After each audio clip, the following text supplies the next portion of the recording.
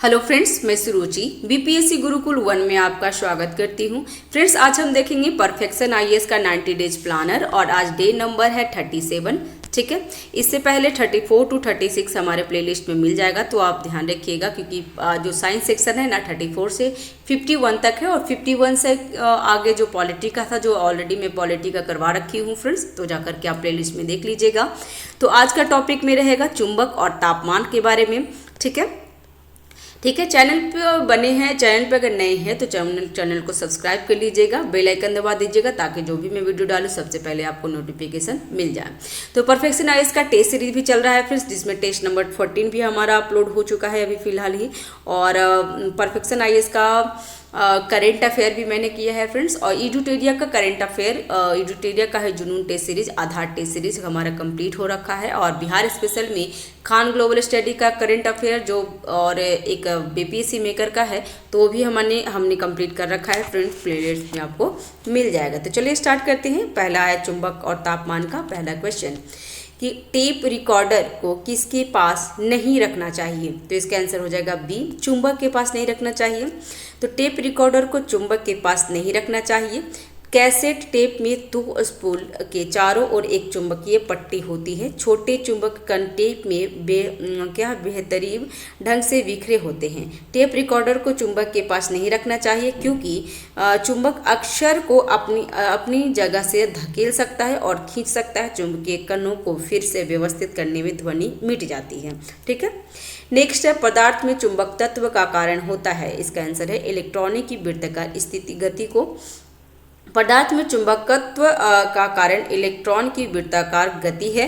Electron का उपपरमाणिक कण किसी भी पदार्थ के अंदर आवेश ले जाने के लिए जिम्मेदार होता है। इलेक्ट्रॉन परमाणु के नाभिक के चारों ओर घूमते रहते हैं। और तो ये तो आपको पता ही होगा फ्रेंड्स कि इलेक्ट्रॉन क्या है, तो इलेक्ट्रॉन परमाणु के चारों ओर घूमते रहते हैं। जब इलेक्ट्रॉन नाभिक के चारों ओर घूमते रहते हैं तो पदार्थ में विद्युत परिवर्तन उत्पन्न होगा और इसलिए वे इलेक्ट्रॉन पदार्थ की चुंबक की भूमिका निभाते हैं।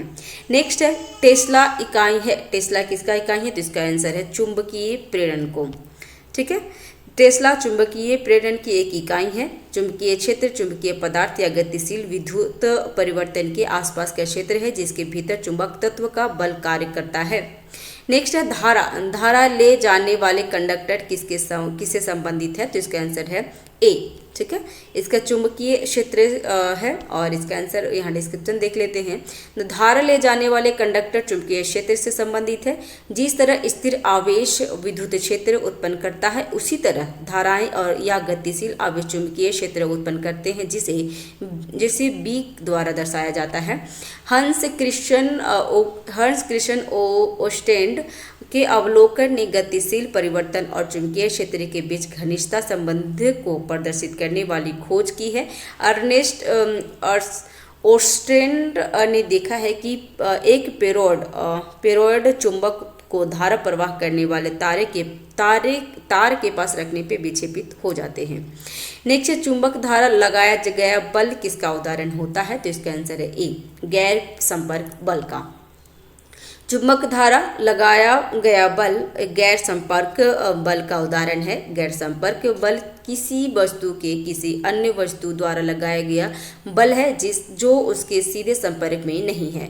उदाहरण के लिए गुरुत्वाकर्षण बल, इलेक्ट्रोस्टैटिक बल और चुंबकीय बल आदि है।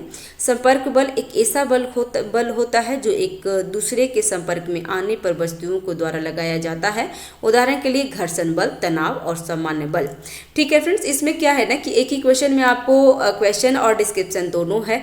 तो आप ना अगर मान लीजिए कि पीडीएफ नहीं आपके पास मिल पा रहा है किसी वजह से, या फिर मुझे याद नहीं रहता है डालने के लिए, तो आप ना इस तरीके से वीडियो को पॉज कीजिएगा और उसके बाद ना ये आप पूरा अच्छे से पढ़ भी लीजिएगा, तो आपके लिए काफ़ी हेल्प हो जाएगा। और पीडीएफ करने से नहीं होता है फ्रेंड्स, जितना भी क्या आपके पास जितना भी पीडीएफ है, तो क्या आप सारे पीडीएफ को पढ़ पाते हैं?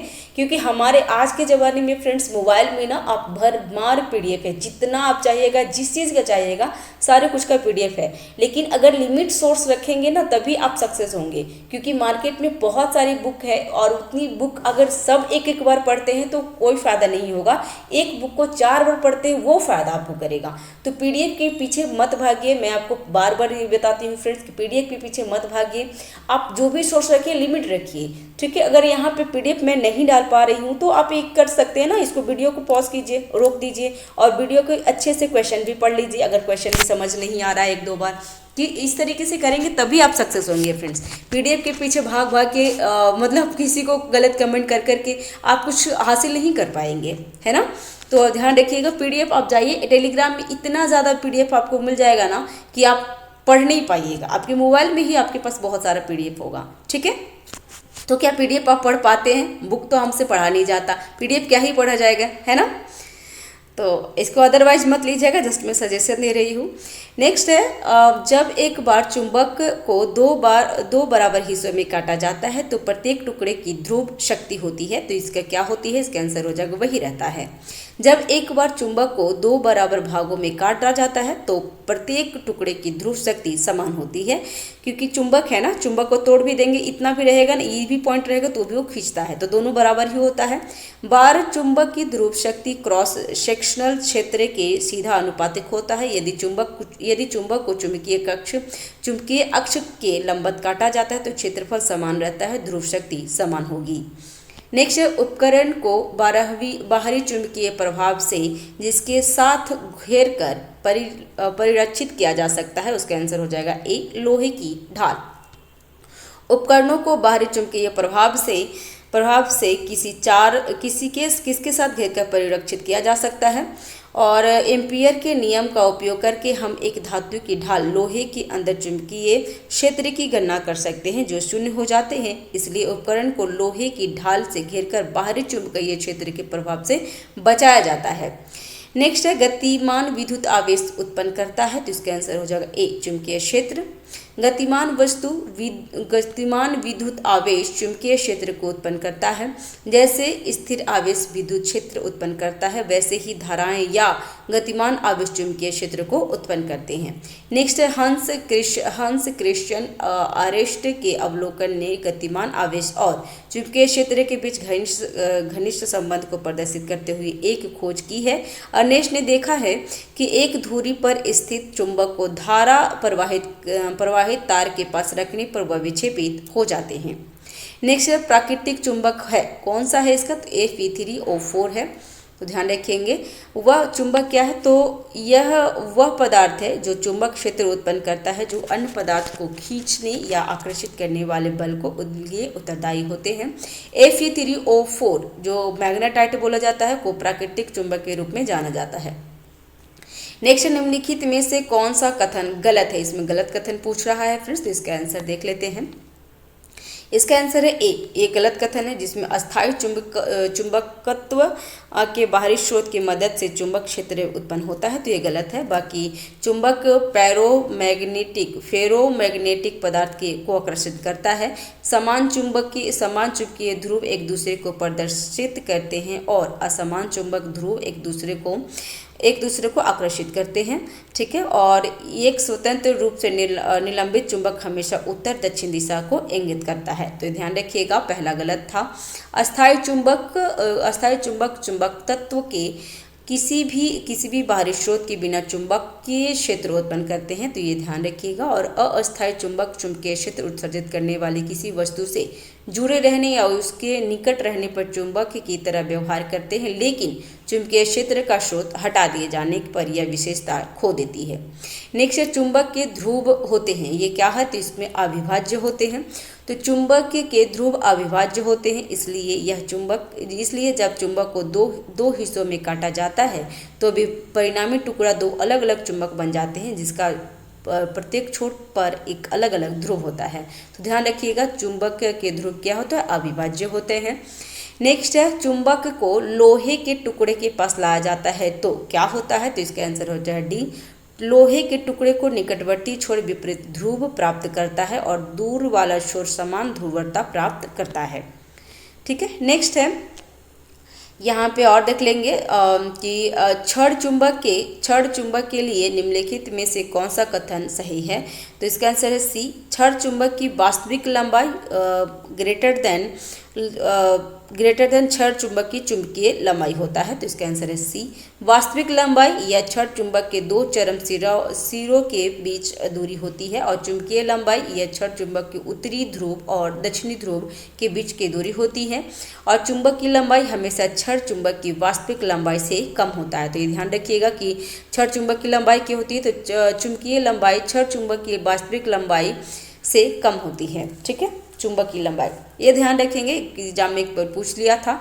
नेक्स्ट चुंबकीय क्षेत्र की इकाई है, ये आंसर हो जाएगा इसका डी, उपयुक्त में से सभी, जिसमें टेस्ला गास और WV प्रति मीटर स्क्वायर। फ्रेंड्स, ये जो वीडियो है ना, ये आपको BPSC के लिए और जितने भी एग्ज़ाम होते हैं ना, जितने भी एग्ज़ाम होते हैं जिसमें दरोगा, SSC GD या UPSC UPPC, इसमें सारे के लिए इम्पोर्टेंट है क्योंकि सब में साइंस पूछता ही है, सब में साइंस में फिजिक्स पूछता ही है। तो ये हर एग्ज़ाम के लिए ज़्यादा इम्पोर्टेंट है, तो आप ज़रूर इसको करेंगे। ठीक है, चुंबकीय क्षेत्र यह वह प्रभाव है जहाँ चुंबकत्व उपलब्ध होता है जिसे चुंबकीय क्षेत्र कहा जाता है। चुंबकीय क्षेत्र एक सदिश राशि है। तो चुंबकीय क्षेत्र क्या है फ्रेंड्स, एक सदिश राशि है और एक टेस्ला इक्वल टू होता है 10⁴ ग्रास होता है। नेक्स्ट है चुंबकीय क्षेत्र का स्रोत क्या है। तो चुंबकीय क्षेत्र का स्रोत, इसका आंसर है डी, सभी है। चुंबकीय क्षेत्र यह वह प्रभाव है जहाँ चुंबकत्व उपलब्ध होते हैं उसे चुंबकीय क्षेत्र कहा जाता है। चुंबकीय क्षेत्र एक सदिश राशि है और एक टेस्ला इक्वल टू 10⁴ ग्रास होता है, तो ध्यान रखिएगा। नेक्स्ट है मानव शरीर में चुंबकीय क्षेत्र की ताकत क्या है। तो इसका आंसर होगा ए, 10⁻⁻10 टेस्ला। चुंबकीय क्षेत्र यह वह प्रभाव है जहाँ चुंबकत्व उपलब्ध होते हैं उसे चुंबकीय क्षेत्र कहा जाता है। चुंबकीय क्षेत्र एक सदिश राशि है। चुंबकीय क्षेत्र एक सदिश राशि है। मानव शरीर का चुंबकीय क्षेत्र 10⁻⁻10 टेस्ला होता है। पृथ्वी की सतह पर चुंबकीय क्षेत्र कितना होता है, तो इक्वल टू 10⁻⁻5 टेस्ला और एक टेस्ला बराबर होता है 10⁴ ग्रास होता है। नेक्स्ट गलत कथन को चुनना है और इसमें गलत कथन कौन है, तो इसका पहला ही क्वेश्चन गलत है, तो उसको छोड़ देते हैं। चुंबक के अंदर और बाहर चुंबकीय क्षेत्र रेखीय दक्षिण ध्रुव और उत्तरी ध्रुव की ओर चलती है, तो ये गलत है। और सही क्या है, तो चुंबकीय क्षेत्र रेखाएं हमेशा बंद लूप में होती है। दो चुंबकीय क्षेत्र रेखाएं कभी एक दूसरे को नहीं काटती है। चुंबकीय क्षेत्र रेखाएं पर स्पर्श पर उस बिंदु पर चुंबकीय क्षेत्र की दिशा बताती है। यहाँ पे इसका आंसर ए था क्योंकि ये गलत था। तो क्षण चुंबक की बाहर चुंबकीय क्षेत्र रेखीय उत्तरी ध्रुव से दक्षिणी ध्रुव की ओर चलती है। देखिए यहाँ पे मैं डिस्क्रिप्शन भी दिया हुआ है। जबकि क्षण चुंबक के अंदर चुंबकीय क्षेत्र रेखाएं दक्षिणी ध्रुव से बंद लूप के उत्तरी ध्रुव की ओर चलती है। नेक्स्ट चुंबकीय ध्रुव की ताकत क्या है, तो चुंबकीय ध्रुव की ताकत आंसर हो गया बी, चुंबक को क्रॉस सेक्शन के सीधे अनुपातिक होते हैं, तो इसका आंसर हो गया बी।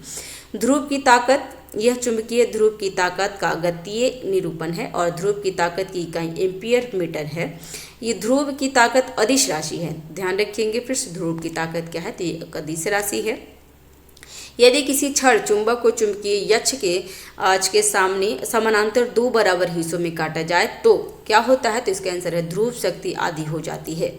ठीक है, ध्रुव शक्ति चुंबकीय ध्रुव की शक्ति का गणितीय निरूपण करता है और चुंबक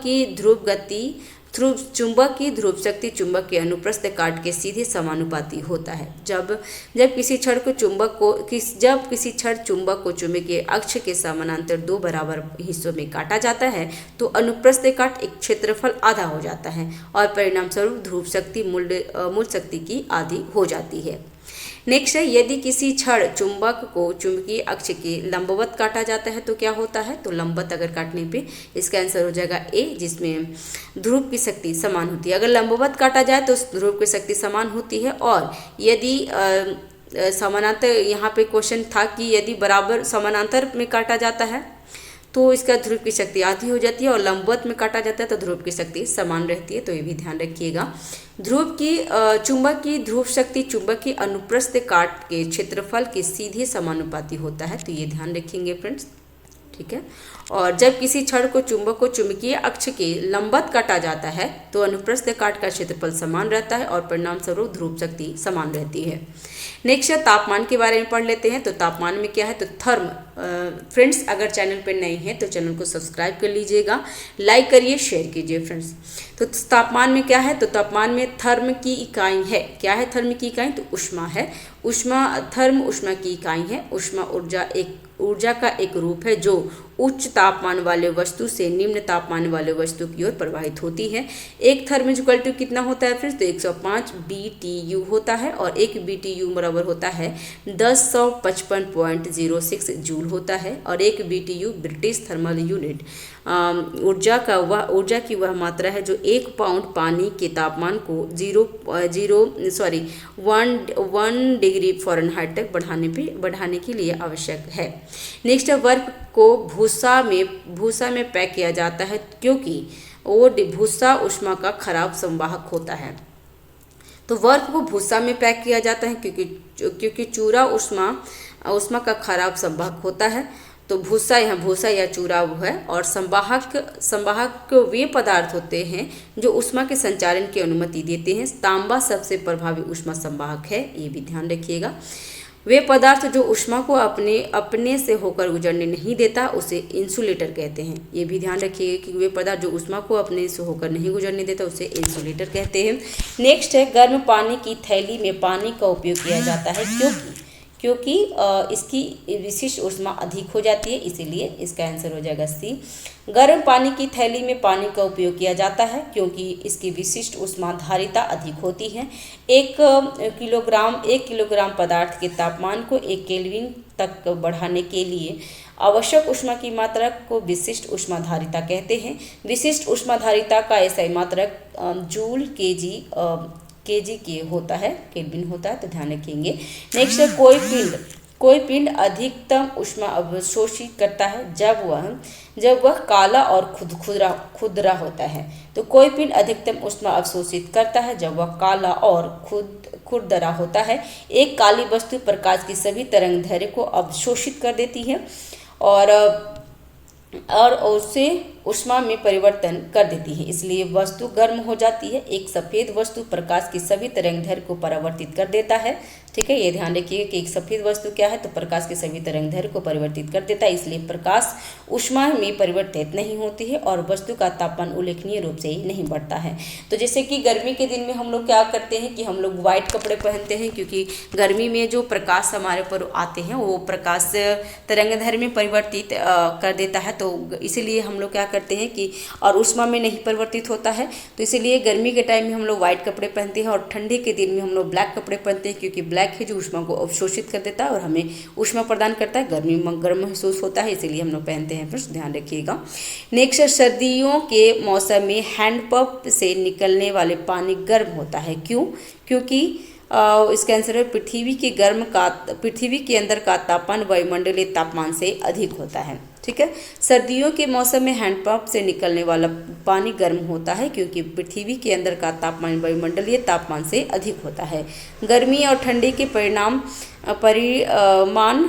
को तापमान कहा जाता है और थर्मामीटर एक उपकरण है जिसका उपयोग तापमान मापने के लिए किया जाता है। तो ये ध्यान रखिएगा, तापमान माप करने के लिए क्या होता है, तो थर्मामीटर। नेक्स्ट है निम्नलिखित में से कौन अधिक जलन पैदा करता है, तो इसका आंसर है भाप। ठीक है, उबलता पानी गर्म पानी दोनों तो करता है लेकिन सबसे ज़्यादा जलन पैदा करता है तो ये भाप करता है फ्रेंड्स। तो भाप अधिक जलन पैदा करती है। भाप में वाष्पीकरण की गुप्त ऊष्मा होती है और संघनन की गुप्त ऊष्मा के कारण पानी की तुलना में अधिक ऊष्मा ऊर्जा होती है। संघनन में वाष्प तरल में परिवर्तन हो जाते हैं और वाष्पीकरण में तरल वाष्पित में परिवर्तन हो जाता है। नेक्स्ट है किसी भी दो वस्तुओं के बीच ऊष्मा के प्रवाह की दिशा इस पर निर्भर करती है, उसका आंसर हो जाएगा सी, उसकी व्यक्तिगत तापमान पे। तो किसी भी दो प्रणालियों के बीच ऊष्मा की प्रवाह की दिशा उसके व्यक्तिगत तापमान पर निर्भर करती है। ऊष्मा ऊर्जा का एक रूप होता है जो हमेशा उच्च तापमान वाले वस्तु से निम्न तापमान वाले वस्तु की ओर प्रवाहित होती है। ऊष्मा वस्तु के तापमान को बढ़ाती है या वस्तु की स्थिति को बदल देती है। ठीक है फ्रेंड्स, और नेक्स्ट क्वेश्चन है धातु की चायदानियों के लकड़ी के क्यों बने होते हैं, तो इसके बारे में देख लेते हैं। तो इसका आंसर है ए, लकड़ी ऊष्मा की खराब संवाहक होती है, तो ये ध्यान रखेंगे। धातु की चायदानी हैंडल लकड़ी के बने होते हैं क्योंकि लकड़ी ऊष्मा की कुचालक होती है। कुचालक मतलब खराब होता है, मतलब चालक होता है। चालक वे पदार्थ होते हैं जो ऊष्मा को गुजरने देते हैं, ठीक है। चालक कौन होते हैं, तो चालक ऊष्मा को गुजरने देते हैं, जो कि लकड़ी है जो ऊष्मा को गुजरने नहीं देता है। वे पदार्थ जो ऊष्मा को अपने से होकर गुजरने नहीं देता उसे कुचालक कहा जाता है। ऊष्मा के कुचालक का उदाहरण क्या क्या है, तो कांच, प्लास्टिक, सिरेमिक, रबर, लकड़ी, कपड़ा, ऊन, कॉर्क आदि है। तो ये ध्यान रखिएगा फ्रेंड्स, ये कौन कौन सी है। नेक्स्ट है ऊष्मा के सुचालक के उदाहरण कौन है, तो सुचालक में आपको तांबा, एल्यूमिनियम, स्टील, कांच, सोना, चांदी, लोहा, हीरा, पीतल और ग्रेफाइट और जिन आता है। सबसे ज़्यादा चांदी पूछता है फ्रेंड्स, तो ये ना आपको जितना PYQ करेंगे तो उसमें आपको पूछ देगा, तो ये ध्यान रखिएगा कि ऊष्मा के सुचालक कौन है। कलर चेंज कर देती हूँ मैं। ऊष्मा के सुचालक कौन कौन है, तो तांबा, एल्यूमिनियम, स्टील, कांच, सोना, चांदी, लोहा, हीरा, पीतल और ग्रेफाइट और जिन है। और सुचालक कौन था, तो सुचालक हमने देख लिए थे। कुचालक कौन है, तो कुचालक हमारा कांच, प्लास्टिक, सिरेमिक, रबर, लकड़ी, कपड़ा, ऊन, कॉर्क आदि है, तो ध्यान रखेंगे फ्रेंड्स। नेक्स्ट, सर्दियों में दो पतले कमीज हमें एक मोटी कमीज की तुलना में अधिक गर्मी क्यों रखती है, तो इसका आंसर हो जाएगा सी, हवा की परत दो कमीजों के भीतर इंसुलेटिंग माध्यम का काम करती है, तो इसका आंसर हो जाएगा सी।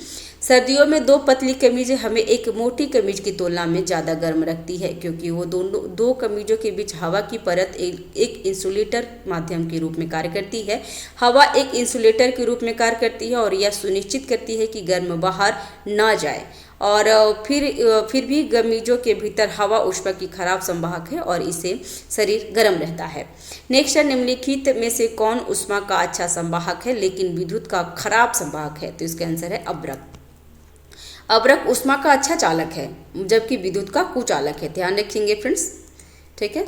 और नेक्स्ट, अब्रक में फोनोन के कारण अच्छी तापीय चालकता होती है लेकिन इसमें विद्युत का अच्छा चालक होने के लिए पर्याप्त मुक्त इलेक्ट्रॉन नहीं होती है। फोनेन को जो क्या होता है, तो फोनोन परस्पर क्रिया करने वाले कणों की लोचदार संरचनाओं के लिए कंपन के तरीके को क्वांटम यांत्रिक परिणामीकरण में एक उत्तेजित अवस्था है। नेक्स्ट है, ऊष्मा उच्च तापमान से निम्न तापमान तक अणुओं की वास्तविक गति के माध्यम से संचालित होती है, तो इसका आंसर है बी, संवहन। तो ऊष्मा संवहन में अणुओं की वास्तविक गति के माध्यम से उच्च तापमान से निम्न तापमान तक संचालित होती है। संवहन ऊष्मा स्थानांतरण का एक तरीका है जो आमतौर पर तरल और गैस में पाया जाता है। समुद्री हवा और स्थलीय हवा अभिसरण के उदाहरण हैं। समुद्री हवा दिन के समय होती है जबकि भूमि हवा रात के समय में होता है, तो ये ध्यान रखिएगा फ्रेंड्स। नेक्स्ट है, ऊष्मागतिकी का पहला नियम सामान्यतः किससे संबंधित है, तो इसका आंसर है ए, ऊर्जा संरक्षण के नियम से। तो ऊष्मागतिकी का पहला नियम ऊर्जा संरक्षण के नियम से संबंधित है, ध्यान रखेंगे फ्रेंड्स। और ऊष्मा संरक्षण कहता है कि ऊर्जा न तो बनाई जा सकती है और न ही नष्ट की जा सकती है, वह केवल एक रूप से दूसरे रूप में स्थानांतरित होती है। तो ये एग्जाम के लिए इंपॉर्टेंट है, ये पूछता है कि ऊष्मा संरक्षण का कहता क्या है, तो ऊर्जा न तो बनाई जा सकती है और न ही नष्ट की जा सकती है, यह केवल एक से दूसरे रूप में स्थानांतरित हो जाते हैं। आप अगर PYQ करेंगे तो ये क्वेश्चन आपको मिल जाएगा। नेक्स्ट, एक साइकिल का टायर अचानक फट जाता है, यह एक है, क्या है ये, तो इसका रुद्धोष्म प्रक्रिया है। तो एक साइकिल का टायर अचानक फट जाता है, यह एक रुद्धोष्म प्रक्रिया है को दर्शाता है। ये एक रुद्धोष्म प्रक्रिया एक प्रकार की ऊष्मागतिकी की प्रक्रिया होती है जो सिस्टम और आसपास के बीच गर्मी या द्रव्यमान को स्थानांतरित किए बिना होती है। यह वह प्रक्रिया जिसके दौरान गैस का तापमान स्थिर रहता है उसे समतापी प्रक्रिया के रूप में जाना जाता है। वह प्रक्रिया जिसके दौरान गैस का दबाव स्थिर रहता है उसे समदाबी प्रक्रिया के रूप में जाना जाता है। वह प्रक्रिया जिसके दौरान गैस का आयतन स्थिर रहता है उसे समआतनिक प्रक्रिया के रूप में जाना जाता है। नेक्स्ट, एक रेफ्रिजरेटर में एक शीतलन प्रणाली हमेशा होनी चाहिए, तो इसका आंसर है सबसे ऊपर। एक रेफ्रिजरेटर में कूलिंग सिस्टम हमेशा ऊपर होना चाहिए। रेफ्रिजरेटर में कूलिंग कन्वेक्शन करंट के सिद्धांत पर आधारित होता है। ऐसा होता है कि कूलिंग के कारण हवा संघनन हो जाते हैं और नीचे की ओर चली आती है। इससे ऊपर आंशिक वैक्यूम बनता है जिससे गर्म हवा से बदल जाता है, जिसे यूनिट द्वारा ठंडा भी किया जा सकता है। अगर इसे कहीं और रखा जाता है तो यह कम प्रभावी होता है और कूलिंग कम वितरित होती है। नेक्स्ट है, खाना पकाने के लिए बर्तनों के बाहरी हिस्से को आमतौर पर नीचे से काला छोड़ दिया जाता है। क्योंकि काली सतह ऊष्मा का अच्छा अवशोषक होता है, जो हमने अभी देखा था फ्रेंड्स कि काली वस्त्र हम लोग ठंडे में क्यों पहनते हैं। तो इसका आंसर हो गया डी। खाना पकाने के बर्तन में बाहरी हिस्से को आमतौर पर नीचे से काला छोड़ दिया जाता है क्योंकि काली सतह ऊष्मा का अच्छा अवशोषक होता है। नेक्स्ट है, खाना पकाने के बर्तन को नीचे से काला रंग दिया जाता है ताकि अधिक ऊष्मा अवशोषित कर सके और जल्दी खाना गर्म हो सके। खाना पकाने के बर्तनों को गर्मी के नुकसान को कम करने और लंबे समय तक गर्म रखने के लिए अंदर से अत्यधिक पॉलिश किया जाता है। नेक्स्ट है, तापमान के बारे में क्या सच नहीं है? तो इसका आंसर है बी। इसका एसआई इकाई डिग्री सेल्सियस में मापा जाता है। तो तापमान का एसआई जो इस डिग्री सेल्सियस में नहीं मापा जाता, जबकि यह 7 एसआई आधार राशियों में से एक है। तो ये सही है। तापमान 0 डिग्री सेल्सियस जो इज इक्वल टू होता है 273.15 केल्विन और सभी सत्य है। तो इसमें बी आंसर होगा। तापमान 7 मूल राशियों में से एक है। तापमान का एसआई मात्रक केल्विन होता है, ना कि डिग्री सेल्सियस होता है, तो इसीलिए गलत हो गया था। तापमान किसी पिंड की गर्मी और ठंड की डिग्री होती है और 0 degree Celsius is equal to तो 273.15 केल्विन होता है। नेक्स्ट, परम शून्य को तापमान के रूप में परिभाषित किया जाता है। तो इसका आंसर हो जाएगा ए, जिस पर सभी आणविक गति बंद हो जाती है। ठीक है, परम शून्य को तापमान के रूप में परिभाषित किया जाता है जिसकी सभी आणविक गति बंद हो जाती है। और परम शून्य तापमान वह तापमान होता है जिस पे गैस का दबाव भी शून्य हो जाता है। परम शून्य तापमान 0 केल्विन है, तो ये ध्यान रखिएगा। नेक्स्ट, पदार्थ के तापमान में परिवर्तन के दौरान आपूर्ति की गई ऊष्मा ऊर्जा किस रूप में संग्रहित होती है? तो इसका आंसर है बी, गतिज ऊर्जा में। पदार्थ के तापमान में परिवर्तन के दौरान आपूर्ति की गई ऊष्मा ऊर्जा गतिज ऊर्जा के रूप में संग्रहित होती है। ऊष्मीय ऊर्जा से तात्पर्य किसी प्रणाली में निहित ऊर्जा से है जो उसके तापमान के लिए जिम्मेदार होती है। तापमान किसी पिंड की गर्मी और ठंड की डिग्री होता है, तो ये ध्यान रखिएगा। नेक्स्ट है, पानी का त्रिक बिंदु क्या होता है? तो इसका आंसर है 273.16 केल्विन होता है। ये बहुत बार पूछा भी है, तो ध्यान रखिएगा कि पानी का त्रिक बिंदु क्या होता है। तो पानी का त्रिक बिंदु 0.01 डिग्री सेल्सियस या 273.16 केल्विन होता है। तो ये ध्यान रखिएगा, इंपॉर्टेंट है फ्रेंड्स, इसीलिए मैं बोल रही हूँ, एग्जाम में ये पूछा हुआ है। नेक्स्ट है, पानी का त्रिक बिंदु वह तापमान और दबाव है जिस पर 3 चरण ठोस, तरल और गैस थर्मोडायनेमिक संतुलन में अस्तित्व में रहते हैं। यह वह तापमान और दाब है जिस पर ऊर्ध्वपातन, संलयन और बाष्पीकरण वक्र मिलते हैं। नेक्स्ट, ठंडे देशों में सर्दियों में झील जम जाती है जिससे पानी नीचे रह जाती है। इसका क्या होगा? तो ये 4 डिग्री सेल्सियस पे। ये एग्जाम में बहुत बार पूछा है, PYQ करेंगे तो इसमें आपको जरूर ये क्वेश्चन बहुत बार पूछा हुआ मिलेगा। तो 4 डिग्री सेल्सियस होते हैं। तो ठंडे देशों में सर्दियों में झील जम जाती है जिसमें 4 डिग्री सेल्सियस पे नीचे रह जाता है। और पानी का घनत्व 1 ग्राम पर सीसी होता है। यह 4 डिग्री सेल्सियस पर पूरी तरह से वैध हो जाता है। पानी का अधिकतम घनत्व 4 डिग्री सेल्सियस पर होता है क्योंकि जब तापमान 0 से 4 डिग्री सेल्सियस तक बढ़ता है तो कुछ H बंध और अनुपास आ जाते हैं और घनत्व बढ़ जाता है क्योंकि आयतन कम हो जाते हैं। तो ध्यान रखेंगे। और इसीलिए इसमें ही क्वेश्चन पूछता है कि जो ठंडे के प्रदेश में जो झील होती है उसके अंदर में मछलियाँ क्यों जीवित होती है? तो ये 4 डिग्री सेल्सियस पे जो झील है ना, तो झील की ऊपरी परत जम जाती है, नीचे पानी सेफ और पानी तरल अवस्था में ही रहता है, इसलिए मछलियाँ जिंदा रहती है। ये क्वेश्चन आपको PYQ में मिल जाएगा। नेक्स्ट, ऊंचाई में वृद्धि के साथ पानी का क्वथनांक क्यों घट जाता है? तो इसका आंसर है बी, कम वायुमंडलीय दबाव के कारण। तो कम वायुमंडलीय दबाव के कारण ऊंचाई बढ़ने के साथ पानी का क्वथनांक घट जाता है। वायुमंडलीय दाब में वृद्धि के कारण पानी का क्वथनांक बढ़ जाता है। तो यहाँ पे ध्यान रखिए कि वायुमंडलीय दबाव में वृद्धि में क्या होता है, तो पानी का क्वथनांक बढ़ जाता है। और अगर कम वायुमंडलीय दबाव के कारण ऊंचाई बढ़ने के कारण पानी का क्वथनांक घट जाता है। वायुमंडलीय दाब में वृद्धि के साथ पानी का गलनांक भी घट जाता है, तो ये भी ध्यान रखिएगा।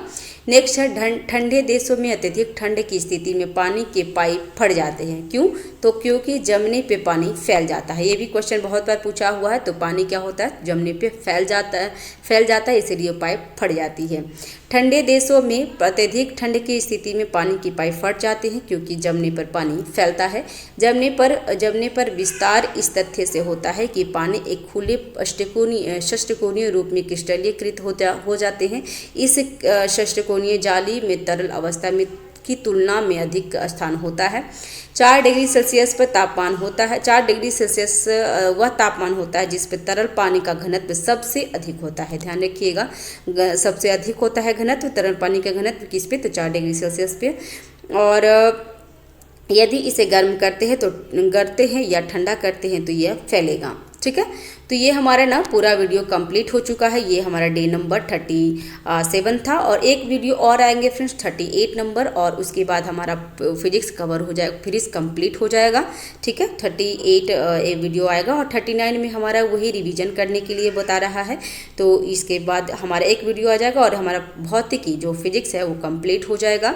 ठीक है, और 39 में वही रहेगा क्यूपी। तो सभी टॉपिक को रिवीजन करें। रिवीजन इंपॉर्टेंट होता है एग्जाम के लिए फ्रेंड्स। इसके बाद 40 डे नंबर 40 से हम लोग रसायन विज्ञान जो केमिस्ट्री का स्टार्ट करेंगे और 44 तक वो भी जाएंगे। तो इस तरीके से हमारा फिजिक्स कंप्लीट हो चुका है फ्रेंड्स। एक वीडियो और आएगा इसका।